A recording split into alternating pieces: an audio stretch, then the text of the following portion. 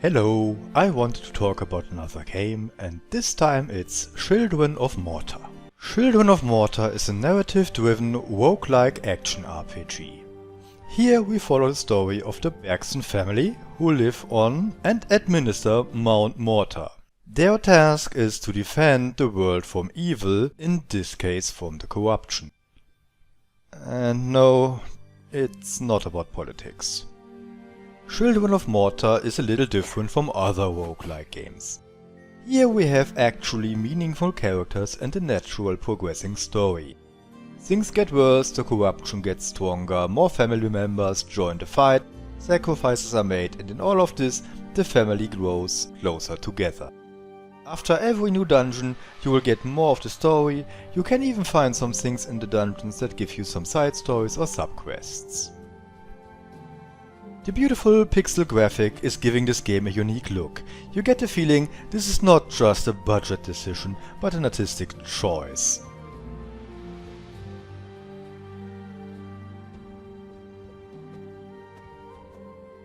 During the game, you will be able to play as a member of the Bergsons family. More family members are unlocked as you progress. Whenever you get a new character, you will at least have to play one round with that character to learn about his fighting style and skills. Otherwise, you can choose which one of the family members you will use. They all have their strengths and weaknesses. The Bergsons are a rather big family and you will have up to 7 playable characters. In the library you can find all the information about the family members and their friends. Also, there are some background stories about the regions you explore, and the items are all explained. There's also a diary of the long lost grandfather of the family. Every character can be leveled up individually. You can choose which skills are more important to you and level them up. While you can use any character you want, notice that after you finished with a dungeon, there will be fatigue and your character will have less hit points after that. You should let them rest and choose another one for the next dungeon. Aside from being leveled individually, there's also some global stuff. Like in the Book of Rare, you can buy certain upgrades, and there is a blacksmith where you can upgrade some other things, like doing more critical, doing more damage, and get some other bonuses, like more health and more speed. There are also certain family perks you can get after playing for a while, which will make some of the characters, or even all of the characters, better. Playing any of the dungeons is considered a run. You can level up your characters here, and if you haven't finished the region yet, you can also progress the story. While you're in this little dungeon, you get temporary items that will only help you here and will be lost after it. Well, it is a roguelike game after all. The little girl I'm playing here is the youngest of the Bergsons. She is able to fire fireballs and get quite destructive by doing that. There are safe zones in every level where you might get a new artifact that is also temporary and will help you in your quests.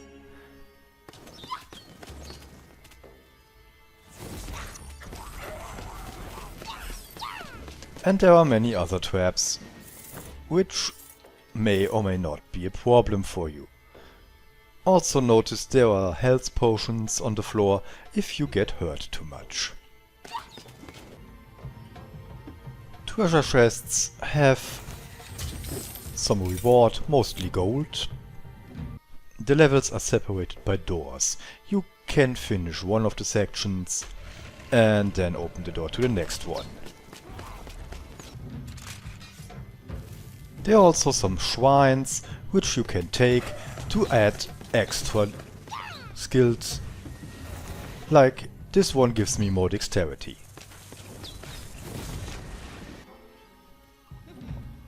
Always watch your step, there are more obvious and less obvious traps scattered all around the dungeons.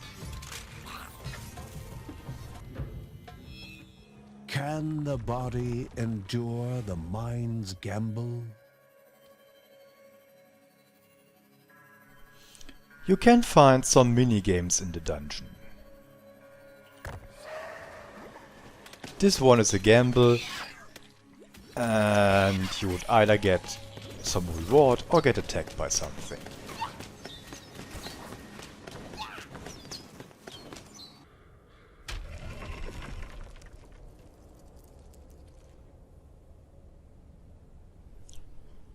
At the end of the dungeon there's always a boss fight. These may vary, but they are all not that big of a deal, at least if you leveled up a little before you attack him. Of course, if you really want to go all the way and finish the boss too, you might want to avoid using a character you're not too familiar with, or that is just not suited for a boss fight. The little girl here has a major weakness. She needs to stand still if she wants to cast her fireballs. That is a problem. If the boss is a little faster, you have to dodge his attacks, and that means having a character that can't move while attacking might not be your first choice. Luckily, you have a very big family, as mentioned before.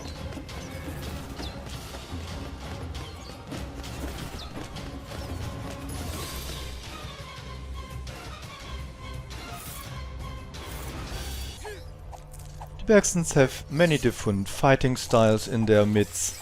This one is the classical rogue fighting style, where you attack the opponents with fast knives and a variety of flying daggers.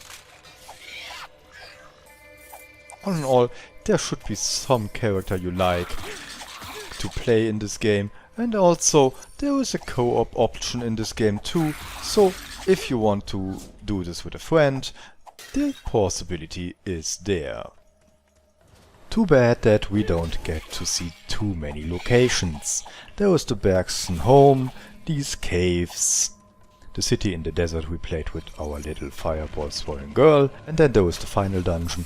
I will not spoil that one in this review.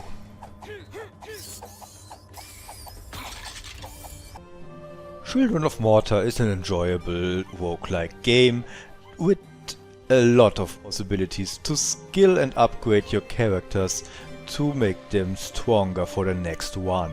I already mentioned how beautiful the pixel art graphics are, but I really think this scene speaks for itself.